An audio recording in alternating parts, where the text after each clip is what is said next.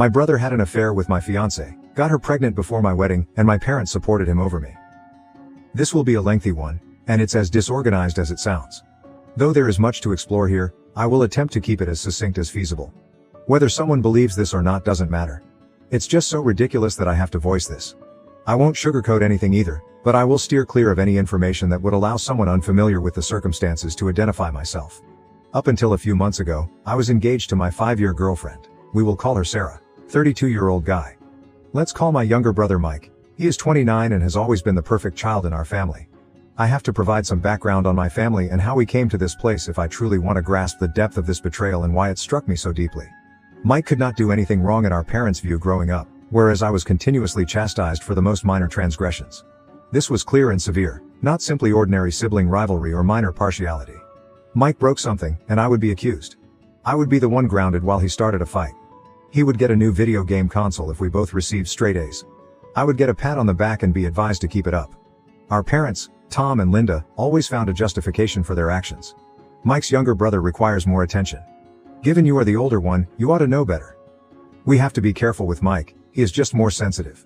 I felt unworthy and unwanted in my own house from the never-ending assault of double standards and gaslighting. The preference just grew as we aged.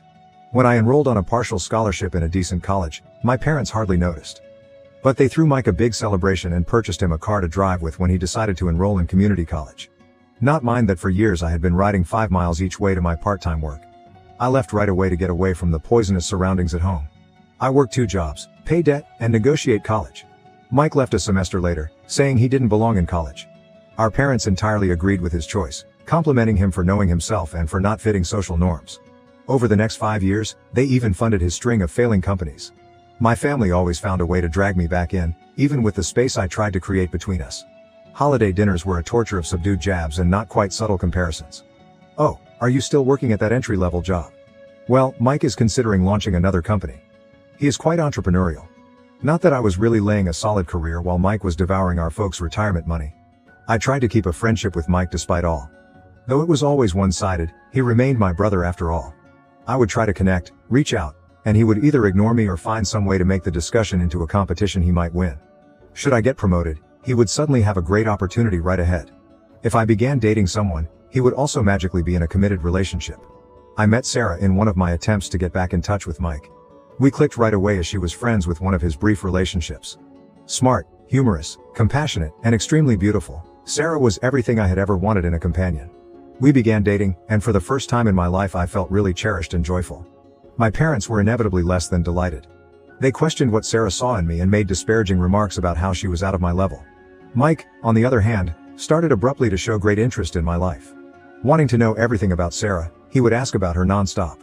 I was simply glad he seemed to be interested in something from my life at the time. Looking back, I ought to have spotted the warning signs. After 1 year of dating, Sarah and I moved in together and things were fantastic. We both drove, had decent jobs, and discussed the future. I began to feel as though perhaps, just maybe, I could have the great profession, loving partner, maybe even children someday that I had always wanted. On our 4th anniversary, I asked Sarah. It was simply a peaceful supper at home and a moving speech, nothing spectacular. She answered yes, and I thought I was on top of things. We agreed to engage in a protracted process and slow down wedding preparation. We had our whole life ahead of us. Or so I believed. We were not in a hurry.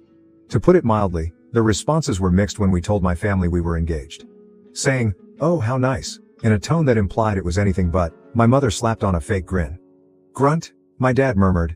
"Good luck with that," then turned back to watch the TV. Mike, though, had the most unusual response. He praised us, but his smile seemed almost predatory and wrong. I dismissed it then, attributing it to my own fears.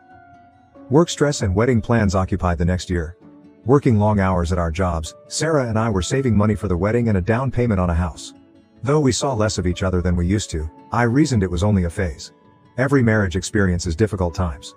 Looking back, I ought to have seen the warning signals. Sarah grew more aloof, constantly on her phone, grinning at texts from someone she would rapidly claim to be merely an acquaintance from work. She began leaving more with her pals, arriving late home smelling of cologne and wine. I did, however, entirely trust her. I never even gave her any thought regarding possible cheating, let alone with my own brother. Sarah started acting somewhat strangely over 4 months ago. She was temperamental, restless, and often sick. Thrilled with the possibility, I considered perhaps she might be pregnant. We had not been trying, But we discussed wanting children at last. Imagining nursery colors and baby names, I began to arrange how I would help her. She dropped the bomb one evening after sitting down with tears in her eyes. Though not mine, she was pregnant. I looked shocked. Our hectic schedules had caused us not to be close in a while, but I never anticipated she would cheat on me. She broke down totally and mumbled, "It's Mike," when I inquired who the father was. My whole universe collapsed in that instant. Everything I knew, everything I had built my life around, came toppling. I found it difficult to breathe. I had no ideas. I could only feel this intense loss and treachery. Sarah tried to clarify. Her words came out in a hurry between sobbing. Apparently, it began during our engagement party. Mike had cornered her and informed her she was making a mistake in marriage. Playing on her insecurities, he reassured her she could do better and he could give her everything I couldn't. They had been having an affair for months, so it was not just a one-time occurrence. That evening, I sent Sarah out. I couldn't stand to look at her or be in the same room as the lady who had so totally betrayed me. She begged me to pardon her. Said it was a mistake. Said she loved me. But all I could think of was how many times she had lied to my face. She had been with my brother how many times wearing the ring I had given her? I phoned Mike after Sarah went. Not even now can I recall what I said. All of it was a haze of hurt and wrath. At first, he attempted to seem cool, saying it was only a drunken error and that it had no bearing on anything. He became hostile and responded, "Well, maybe if you'd have been a better fiancé, she wouldn't have come to me." When I pressed him, I observed red. Ready to do anything that would cause him regretting what he said, I got in my car and headed to his flat. Though I'm not sure what I intended to do, our parents were already there when I arrived. Mike apparently initially phoned them, crafting some narrative about how Sarah had seduced him and how terrible he felt. And you also know what? They came to believe him. Always they do. While my dad merely stood there with his arms crossed, looking disappointed in me, of course, not in his dear Mike, my mom started lecturing me about forgiveness and family right away. They wouldn't listen when I tried to describe exactly what happened. They insisted that since family comes first, I should forgive Mike and help Sarah through the pregnancy. I forgot. Years of pent-up wrath and bitterness spilled forth. I told them just what I thought of their distorted sense of devotion.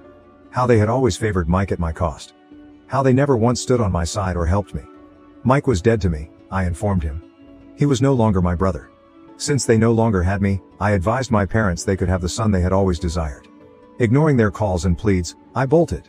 Without a goal in mind, I drove for hours just desiring to get away from everything and everyone. When I got home, I had hundreds of missed calls and messages, some from Sarah begging for another opportunity, some from Mike alternately between apologies and accusations, but most were from my parents, demanding that I grow up and atone. I seldom ate, hardly slept, ignored them all. Using all of my accumulated vacation time, I called out of business. I avoided everybody and found it intolerable to have to explain what had happened. Trying to find where I'd gone wrong, I simply sat in my apartment going back over every minute of my relationship with Sarah and every contact with Mike. 3 months have gone by now. To handle all this turmoil, I changed my number, relocated to a new apartment and began treatment. Still, my family won't let go. Even with my best attempts to cut touch, they find ways to meddle in my life. Starting to show up at my place of employment, they are trying to ambush me and drive a reconciliation. Crying about how I'm separating the family, my mother corners me in the parking lot, gruff voicemails from my dad on how I should man up and pardon Mike. Mike has personally tried to approach me on a few occasions, but thus far I have been able to dodge him. To guilt trip me into forgiving Mike, they have even dispatched flying monkeys, that is, extended family members. Suddenly blowing my phone, aunts, uncles, cousins I haven't spoken to in years are reminding me how important family is and how I should let bygones be. They seem to be living in some other world where what Mike and Sarah did was only a minor error rather than a life-altering one. The most recent growth is yesterday Sarah sent me a note. She intends to co-parent with Mike and is keeping the baby. And now, guess what? About becoming grandparents, my parents are over the moon and totally overlooked the circumstances of how it happened and the nasty comments my mother and father made when Sarah was with me. Apologues and explanations abound in the letter, which discussed how Mike and she had discovered true love in trying circumstances. She even dared to add she hoped the child will benefit from us all being friends someday. I am at the very end of it. Part of me wants to simply sever ties entirely and start over somewhere else. Perhaps go to another state, change my name, create a new life free from knowledge of this mess. Another side of me, though, is so enraged that I want to stay and fight so they may realize how screwed up things are overall. Not sure what to do going forward. Every sphere of my life has suffered from betrayal. Alone with my thoughts makes me uncomfortable. I never gave dating any thought either. I get terrified thinking of depending on someone like that. Folks who believe I should choose the high road and reconcile with my family, as if I am the one in the wrong for not wanting to play happy families with the folks who most wounded me, have lost friends over this too. The idea of Sarah and Mike having a kid together, a child that ought to have been mine, is like a continual knife in my stomach. Logically, the youngster is innocent in all this. The baby's parents are lying, cheating scumbags. It is not the baby's fault. But I cannot feel anything nice about its existence. My parents have begun discussing my obligation to participate in the lives of the child and my role as an uncle. I get sick physically at the idea. How am I expected to approach this child without spotting the final emblem of my brother's treachery? Reddit, I suppose my question is, am I the expletive for not forgiving my brother and ex-fiancé? Is it bad of me to wish to terminate relations with my family over this?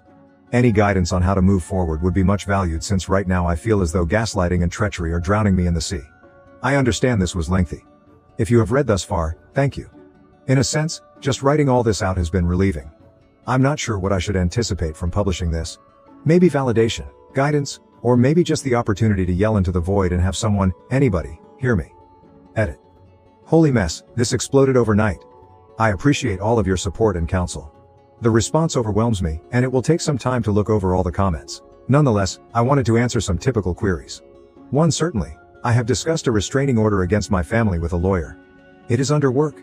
2. No, I am not intending to interact with the baby. Although the child is not at fault, I cannot be engaged without losing my sanity. 3. For anyone curious about my employment, I have previously discussed the matter with HR. They are sympathetic and aware. They have given me the opportunity to work from home more regularly and raised front desk security levels. I appreciate their awareness. 4. Many of you have inquired whether I have given any thought to migrating to another city or state. I am very definitely considering this. There are offices of my company in various other cities, hence a relocation could be feasible. I am balancing the advantages and disadvantages. 5. To those advocating DNA testing, Sarah came clean about the affair and the chronology fits. I have no cause to think the child isn't Mike's. Even if by some miracle it turned out to be mine, I'm not sure I could ever look at that child without considering this. 6. The volume of persons relating such tales has overwhelmed me. Knowing how frequent this kind of treachery is breaks my heart, but it also curiously comforts me since I'm not alone. I appreciate everyone's vulnerability in sharing. 7. To the person asking whether I had thought about suing Mike for alienation of affection, I investigated it, but sadly, my state does not accept it. Though right now I'm not sure I have the stamina for a legal fight. 8. Several have noted that Mike's actions seem egotistical. Many of the articles I have begun reading about narcissistic personality disorder speak to me. Though not justification, some of his behavior helps me to comprehend. 9. For anyone wondering about Sarah's family, they are as startled and repulsed as one would anticipate. They have cut off communication with her and contacted me to give their support. Though little consolation, I value it. 10. To the person wondering whether I considered having children of my own someday, to be honest, this whole experience has made me doubt whether I want a family at all. I'm trying though, not to make any major decisions while I'm still digesting things. Though I'll let you know if anything noteworthy occurs. Right now I'm concentrating on recovery and forward movement. Once more, thanks to Reddit. More than you would realize, you have contributed. Your guidance and encouragement have really been a lifeline amid trying circumstances and have given me much to consider. Though I can't answer every remark, kindly know I'm reading them all and they help me feel less isolated in this. Update 1. Hey Reddit, it's been a total roller coaster 2 weeks since my last post. First of all, I want to thank everyone for the great advice and support. Reading over all your responses has been both sad and yet consoling. I never anticipated my post to explode like that. The frequency of this sort of treachery is disorganizing. To put it mildly, the last several weeks have been demanding. Recall my remark of working on a restraining order. That descended into a complete ordeal though. We had a hearing booked after my attorney turned in the paperwork. Given the facts and ongoing harassment, I felt it would be simple. I corrected myself. With their own attorney, an elegant man in an expensive suit most likely charging more per hour than I earn in a week, my parents turned up for the hearing. Claiming I was separating the family over a basic misunderstanding. As if Mike had stumbled and fallen into my fiancée, they painted me as the unstable one. Luckily the judge was not purchasing it. She issued the restraining order against Mike and my parents, but not without my mother crying in the courtroom and my father gazing at me like I had just committed murder. Mike's expression though, I swear, if looks could kill, I would be 6 feet under. Mike tried to get to me as we were exiting the courtroom, reminding his attorney of the recently imposed restraining order. She stood between us. Mike merely scoffed and stated that I couldn't hide behind a piece of paper permanently. This is not over. If I said his remarks didn't knock me a bit, I would be lying. For now, at least I have some legal protection. Another dream has been the office scenario. Recall how I mentioned my family had started showing up at my workplace? That reached a head last week though. My assistant buzzed in reporting my mother was in the lobby and creating a scene while I was in a meeting with a client.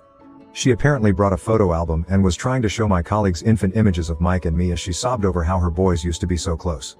I left the conference and descended to the lobby, where I discovered my mother surrounded by a bunch of awkward-looking colleagues. She was midway in recounting how Mike and I used to bathe each other when young children. She rushed toward me when she saw me, chatting about a baby shower, but I stopped her. She should leave right away, I told her, or I would call the cops and have her taken off for trespassing against the restraining order. Her expression resembled what I would have slapped her with, but after everything they have gone through, I couldn't muster myself to care. Security let her out, and I had to spend the next hour damage management with my employer and colleagues. Fortunately, most of them were understanding, but I could see others were wondering what kind of drama I was bringing into the workplace. Still, the incident with Mike was where it truly veers off course. I was at the gym last Saturday working out some of my resentment on the punching bag. I was so intent on my exercise that I didn't see someone approaching me until I heard his voice. As I whirled around, Mike was grinning at me like he hadn't just broken the restraining order. He began to run his lips loud enough for others close to hear. He chuckled when I urged him to go before I phoned the police, claiming he would tell them how I had been threatening Sarah and him. I became lost at that point. My fist hooked with his jaw as I struck at him. He stammered back, then launched himself at me. Except this time, no one told me to be the larger person and let Mike win. We ended up on the floor trading punches like we were kids again, without parents to break us up. Before the gym personnel drew us apart, I made a few decent hits. I could feel my eye bulging closed while Mike's nose was bleeding. We were both screaming, seeking release and aiming at one another once more. It was only when the gym manager threatened to call the police that I snapped out of it. I got ready and headed off. Still pulsing with excitement, I answered a call from an unidentified number as I was headed home. Against better taste, I responded to it. Sarah, shouting at me about how I had cracked Mike's nose, might require surgery. I laughed. It was not against will. Her anger at me following all they had done seemed ridiculous, too much. I apologized to her for hurting her little boyfriend, the one she had been sleeping with behind my back for months. She began to cry then, continuing on about her stress, how the baby could sense her misery and how selfish I could be. I blocked the number and hung on hers. The fight produced quite a strong blowback. News had crept across our social circle like wildfire. Texts from friends and relatives, some supporting me and others calling me names for beating my poor defenseless brother, were exploding on my phone. Reaching out once more, Sarah's parents expressed their dismay in their daughter and reiterated their support of me. Though at this point I'll take anything I can get, it was a meager comfort. Nowadays, the restraining order seems inadequate. Mike has proved he is ready to break it, hence I'm concerned about his future actions. The legal fallout has been a horror show. My attorney called me the day following the gym incident. Mike apparently had accused me of assault. I described what had happened. How Mike had provoked me. How he had broken the restraining order. We would fight it, my lawyer groaned, but given that I delivered the first punch, it might be an uphill struggle. We are already pressing our own charges against Mike for breaching the restraining order. Though nothing is definite, my attorney feels sure this will strengthen our case. I had to show the cops the marks on my face and knuckles and make statements to them. Having to defend myself against my own brother makes one embarrassed. Mike and I have been banned from the gym, although I can't say I blame them. It sucks. That gym was one of the only places I felt I could properly release some of my wrath. I have always been close to my cousin Amy, so she contacted me the other day. The family has been complaining a lot about her supporting me, but she is not wavering. She shared with me some of what goes on behind the scenes. My parents apparently have been telling everyone I'm experiencing some sort of mental collapse.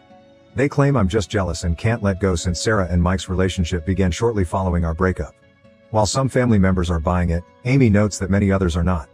Knowing that they are out there propagating lies about me while I'm trying to keep my head down and heal irritates me. Things at work have been, to put it mildly, strained. I can sense my colleagues are walking on eggshells around me following the incident with my mother in the lobby and the fight with Mike that is trending on local social media.